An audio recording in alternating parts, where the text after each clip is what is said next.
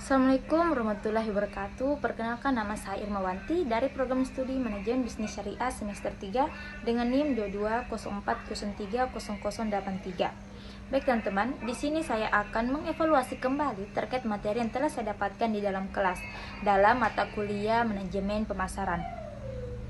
Jadi, manajemen pemasaran melibatkan yang pertama yaitu perencanaan, kemudian yang kedua yaitu pelaksanaan, kemudian yang ketiga pengawasan kegiatan pemasaran untuk mencapai tujuan perusahaan.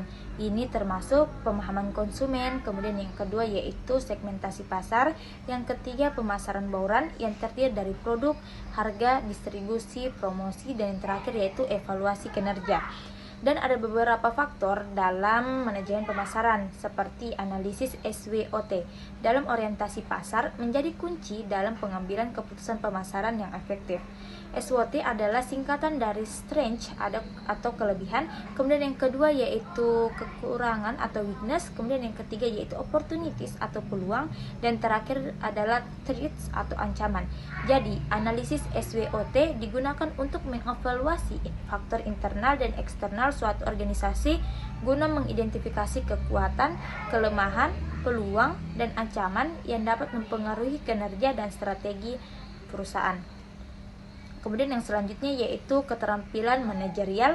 Ini mencakup kemampuan untuk mengelola orang dan sumber daya.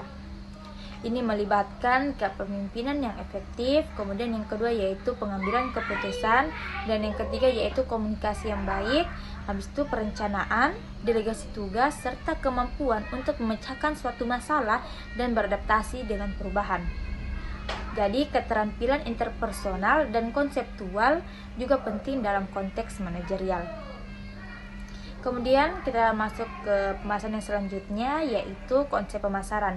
Jadi konsep pemasaran melibatkan pendekatan strategis dalam memenuhi kebutuhan dan keinginan pelanggan.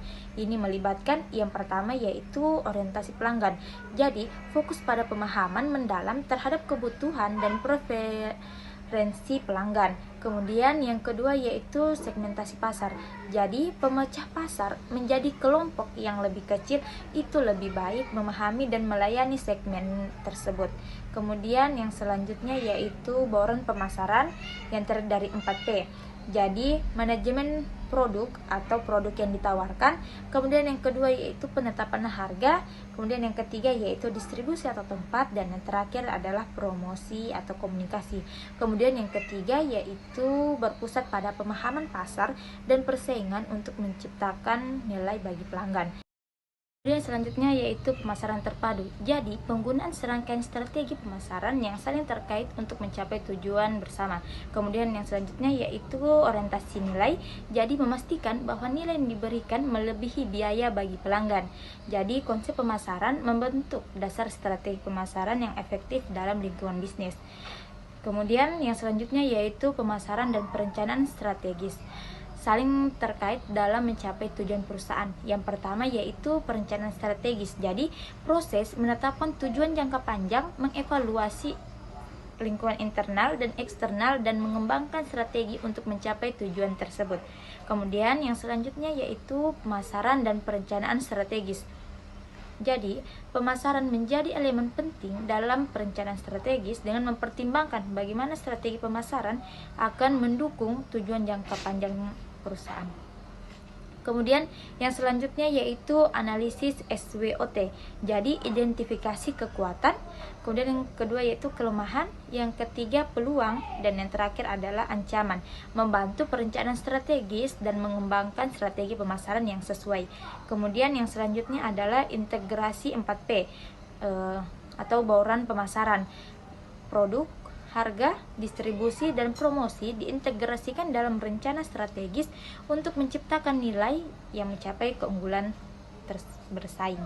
Kemudian yang selanjutnya yaitu penyesuaian dengan lingkungan. Jadi perencanaan strategis dan pemasaran perlu adaptif terhadap perubahan eksternal seperti tren pasar. Kemudian yang kedua yaitu teknologi.